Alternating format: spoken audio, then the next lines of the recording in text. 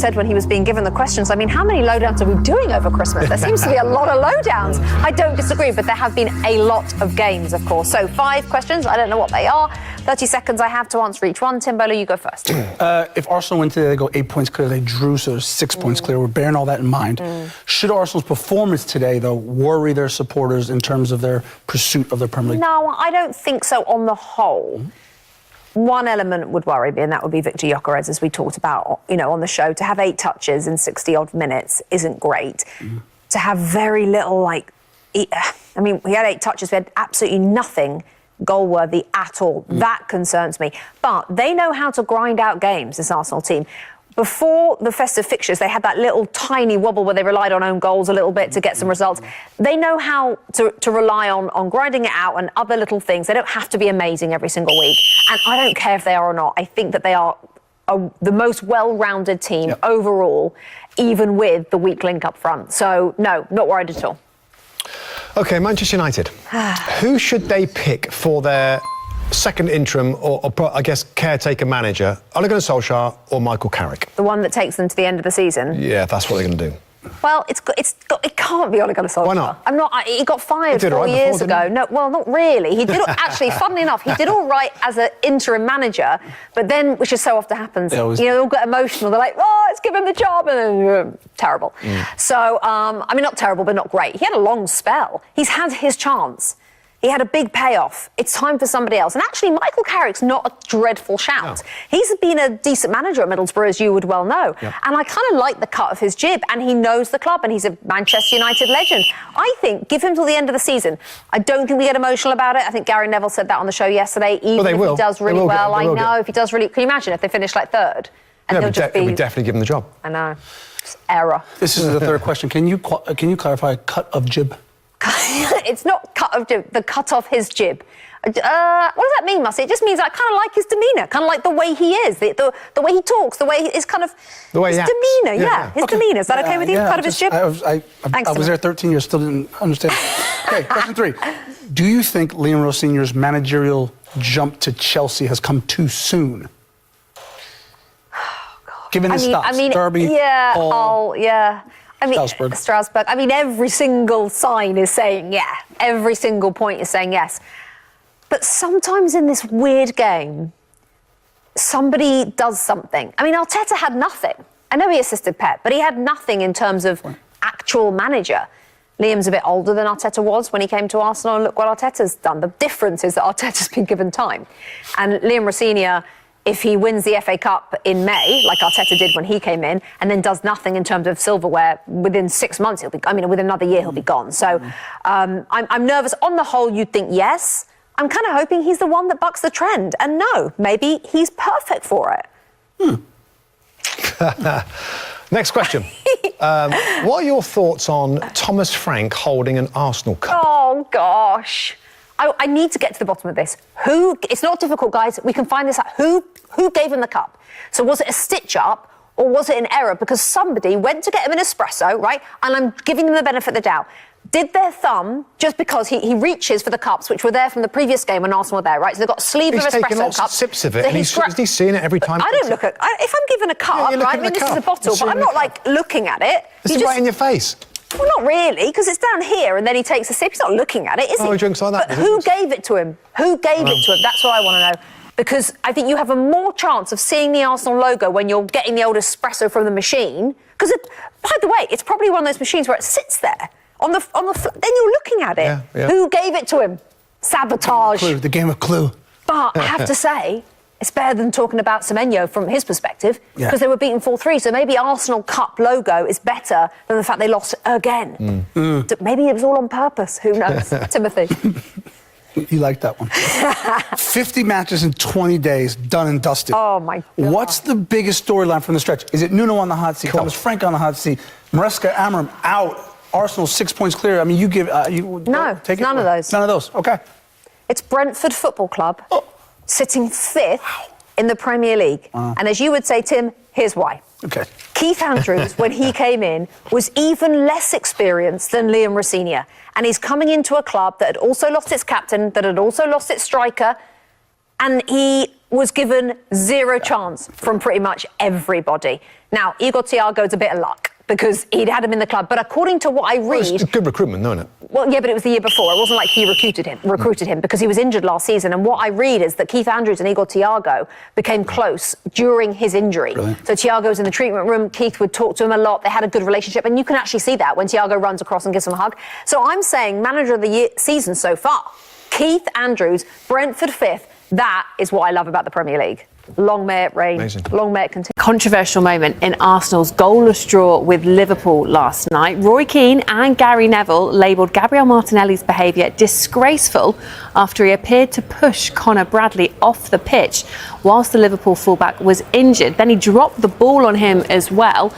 Martinelli was booked by the referee, Anthony Taylor. Dermot, I'll come to you first on this one. It wasn't anything any of us like to see. Under the laws of the game, though, should it have been punished more severely? He received that yellow.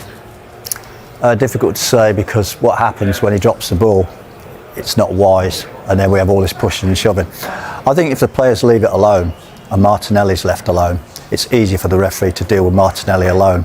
Once the other players get involved, it ramps up everything on all the different players. So I think what Martinelli does gets diluted a little bit. And in many, many ways, they've actually helped him stay on the field, I think. Well, that's just part of it, though, as well, isn't it? This sort of incident, Jay, from a player's perspective in particular, your teammates aren't going to get riled up. I mean, let me tell you right now, if that was me on the floor, and he didn't drop the ball either, Martinelli didn't drop the ball, he went like that, and then he's like nudging him in his back with his knee, and then he's like pushing him off the pitch, and you know, Conor's obviously got a serious injury. I think everyone can see that. These are the kind of things that happen in a game, and we've seen it in the past, where if I'm Conor Bradley, as much as Martinelli's come out and he's said sorry, I will not be forgetting that the next time I play against Martinelli. In terms of the seriousness of his injury, though, watching that again there, when you see him go down, it's late on in a game as well. Is it obvious straight away that it's a serious injury? Because we now know that it was. He was stretchered off. But immediately, is it obvious? I think that's irrelevant whether it's obvious or not. You don't act like that to another peer, for example. Yes, obviously they're trying to win the game. I understand that part. Everyone's anxious, you know, it's going back and forth. It's a high tempo game. I understand that part. But you don't put your hands on anyone on the football pitch. One, he's thrown the ball at him. You don't do that either. You nudge him with your knee. You don't do that either. And it's not okay to just come out afterwards and say, I'm sorry. Because in that moment, he was trying to react. He didn't think he was wrong. OK, we'll get to all of the subsequent things that happened later. But for now, let's actually listen to what Roy Keane had to say about it last night. No, I didn't like it. Didn't like it at all. Happened to me once before when I was badly injured. A player stood over me, and yeah, it's not good because clearly we could see. Listen, we know football. We know players' reactions. We know he's a good lad. First of all, throwing the ball on him, standing over him, and if he's got a little knee in him here, if you watch it closely, he's trying to force him off. And I'm surprised the Liverpool players didn't go after Martinelli a bit more. I think Martinelli, that behaviour is absolutely a disgrace. Listening to that, and given the provocation caused by the incident and the rest of the players getting involved, which Gary Neville also alluded to in commentary, could Martinelli be punished retrospectively for the incident, Dermot? I think not, Hannah, because he's had a yellow card. He's had a yellow card for his actions. I still go back to what I say. If the players leave it to the referee's got a different landscape to deal with. But when they all pile in, he's got to check everybody else, and a lot of things get lost. But in that incident, I think Martinelli has made a very, very unwise decision. Could it have been a red card? No, I think there's not quite enough there. But there was 3 kind of separate incidents in that one incident, really, because obviously he has thrown the ball at him. He's dropped the ball on him. No, he went like that. His hand's the opposite way around. Dropping it would be he's got his hand with his palm facing upwards. He's actually he's thrown it down. Second one. Then obviously he's nudging him with his knee, trying to get him off the pitch. That's another one. What was he doing that for? And then he's actually pushed him. He shoved him.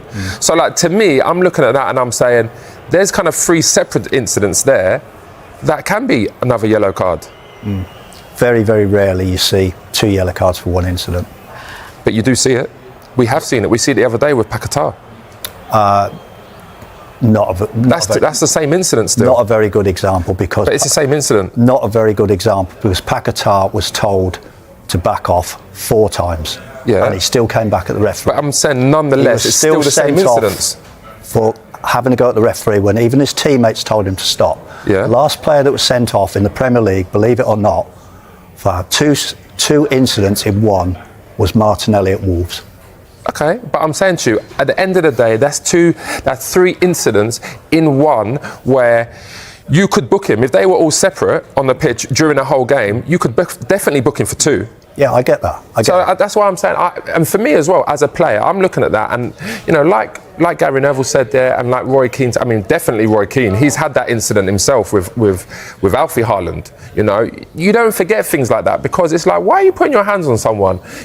Martinelli doesn't know if he's really injured or not, but ultimately, you don't need to put your hands on someone. Well, that's what I was going to ask you next, Jay. In terms of Martinelli has said that he has since apologised. He posted on social media saying, "I didn't appreciate the seriousness of Conor Bradley's injury. I've apologised to him since we've spoken." As a player, would that be enough for you? Yeah, I mean, I'd be like, yeah, thanks a lot, but like I said, the next time I play against you, that won't be forgotten. Well, what's the deterrent? How do we stop this happening then, Dermot, with that in mind, looking ahead to the next time these guys play, and more generally? Be strong, be proactive, be on the front foot. Well, obviously we wanted to win the game. Unfortunately, we didn't manage to do that. In the first half, we were much closer to that with the amount of situations and the spaces that we arrive into. And normally, you have to pick somebody in the box and it's a goal. And we had much more domination in the second half. We struggled to dominate the game more through 2 things. One, because we gave some very unnecessary balls away, very unlike with us, and that didn't allow us to travel together as a team. And when you don't do that, you are not compact, and they start to drop everybody behind the ball and through the midfield there's back without having any presence in the box, obviously, but they have the ball without really, because I don't think they had a single shot on targets tonight. But you struggle more to dominate the game and to be a threat in the opposition box. You mentioned there that in the first half, kind of those passes where someone should have been deep. Is that a problem with the passes, the movement, or is it something? No, the movement was there, the arrival was there, the plays were there. There are 2 or 3 that they come across and we need to occupy a space that we didn't occupy it to score the goal.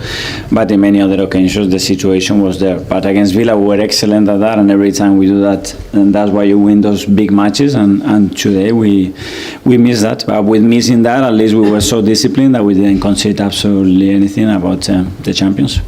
Alex, BBC. Hi, Mikel. Hi.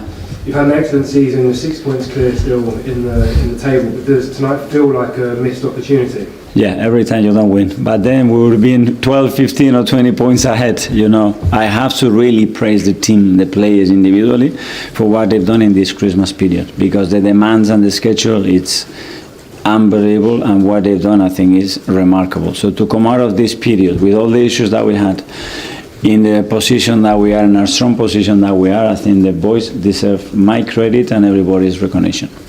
Ed Guardian. Mikel, there's a little bit of frustration at the end with some of the fans who didn't get the win. But what would you say to those fans that you're still 6 points clear? Now we go again. Thank you so much for the atmosphere again and being always behind the team.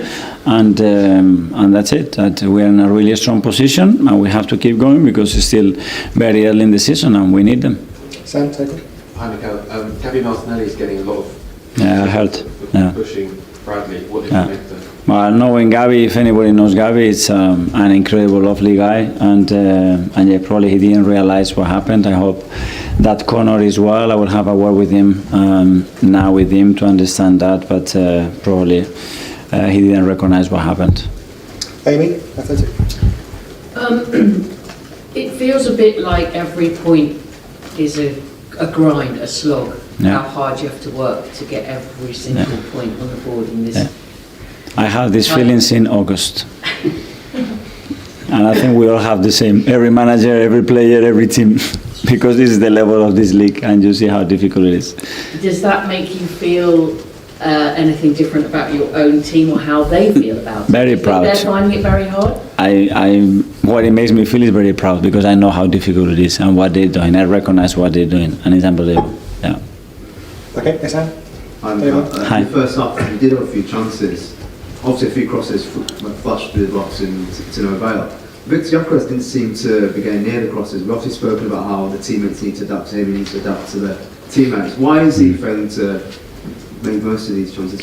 He was in great position. Sometimes the ball didn't arrive, and as I said, there was situation. Normally we go into the 6-yard box almost with the ball in the feet, and normally that's a goal, or you pick somebody and you score a goal, and we didn't do that, and that's the thing that today we have to improve. A part of the things that we did in the second half that wasn't probably at the standards that we are used to it. Do you think he's getting better than he Yes. used to? Yeah. Okay, finally, this section will go to Davide from Gazzetta. Hi. 21 games, 6 months clear. If you have to pinpoint the one thing you're most happy about, what that would be? Well, the desire they have to win and the consistency that they are showing with the schedule that we have in front of us and with the situation that we have to deal with. I think what they're doing is remarkable, and we want to continue to improve and learn, and every game is an opportunity to do that. So tonight as well against the actual champions, let's not forget that they are an incredible team, and today we have to reflect on that, and tomorrow we go again because we have another game on Sunday. Okay, now we'll take some for Paul. Mikel Arteta's work at Arsenal is being viewed in an even brighter light after the recent coaching shakeups elsewhere.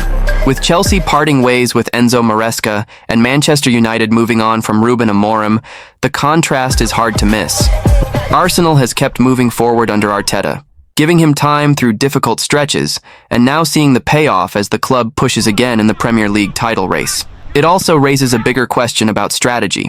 While Chelsea and United are changing direction again, Arteta has been in place for more than 6 years, outlasting a long list of managers across those two clubs in that span. That stability has become part of the story, and it was a major talking point on the Seeing Red podcast with Tom Canton and John Cross. Beyond reacting to Amorim's dismissal and breaking down wins over Aston Villa and Bournemouth, plus Manchester City's loss to Chelsea, the conversation kept returning to one core idea: structure. Not just who is the coach, but how much power that coach has, and whether the club is built to support a long-term project. Cross pointed to Arsenal as a rare example of patience turning into real strength. He argued that Arsenal's willingness to back Arteta through the messy early phases helped create the stable position they're in now, and that this kind of time and support investment is what can turn a club into something truly solid. Canton's response was sharp and honest. Arteta's arc, he said, has almost become a problem for other clubs, because it tempts them to keep coaches they probably shouldn't. But at the same time, it's still the best example of what can happen when you hire the right person and actually give them time. And that time wasn't smooth. The discussion highlighted how Arsenal could easily have pulled the plug early. 2 8th-place finishes, then 5th, missing out on the Champions League, and a Europa League semi-final exit to Unai Emery's Villarreal. Any of those moments could have pushed a club into panic mode. Instead, the argument is that Arsenal recognized the bigger reality. Arteta didn't have the resources to compete at the required level right away. The squad needed a rebuild. The roster needed to be refreshed. That's where the comparison to Chelsea and United becomes even more pointed. The podcast suggested that recruitment and decision-making structure are often what determine whether a coach survives. If signings don't land, results suffer. And if a coach doesn't have enough influence, or the club isn't aligned behind a clear plan, it becomes much easier for things to collapse. In other words, giving time only works if the coach is empowered to shape the team in a way that matches the vision. Cross also emphasized that Arteta's situation stood out because he pushed to be a true manager, not just a head coach. The idea is simple. Top coaches want a real say in the build, and they want the club to match what they were promised when they took the job. The discussion even pointed to how Arteta survived a low moment, like the home loss to Burnley, because the club stayed behind him. And in that period, with fan pressure affected by the COVID-era environment, Arsenal were able to hold their nerve instead of reacting emotionally. Meanwhile, the big unknowns now shift back to Chelsea and Manchester United. Who replaces Amorim? And how will the next chapter look at Chelsea? The answers may come sooner than people expect. But for Arsenal, the reality stays the same. They're stable, they're moving forward, and they're still in the title chase, while others are starting over again. And that contrast can shape how people judge every manager in the league.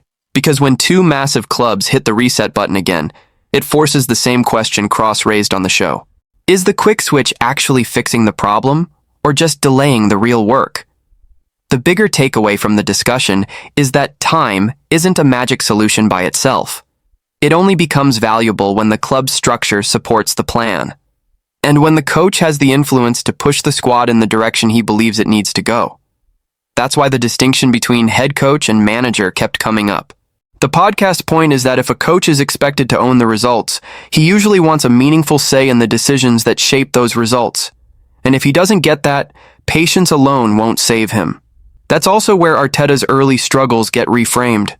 Those finishes and setbacks could have become a reason to panic. Instead, they became evidence of why alignment matters, because Arsenal chose to treat them as part of a build, not a final verdict. And once the squad was reshaped the way the club believed it needed to be, the results started to reflect that long-term approach. So the repercussions aren't just about Arsenal looking stable, it's about how stability changes your margin for error. When you don't reset every year, you're not constantly starting from zero. You're building on decisions, learning from setbacks, and keeping a clearer identity. For Chelsea and Manchester United, the immediate consequence is obvious. They're changing direction again, which means the next appointment carries even more weight. Because every new coach isn't just judged on results. He's judged on whether the club is finally giving him the structure and authority that the role demands. That's why the question at the end matters so much. Who will replace Amorim, and how will Liam Rosenior do at Chelsea? Because those answers will test the exact theme the show kept returning to. Time, support, structure, and control. And for Arsenal, it's a different kind of pressure. Stability doesn't guarantee trophies, but it does keep you in the fight longer. And right now, while others restart, Arsenal get to stay focused on what they're already doing, chasing the Premier League title.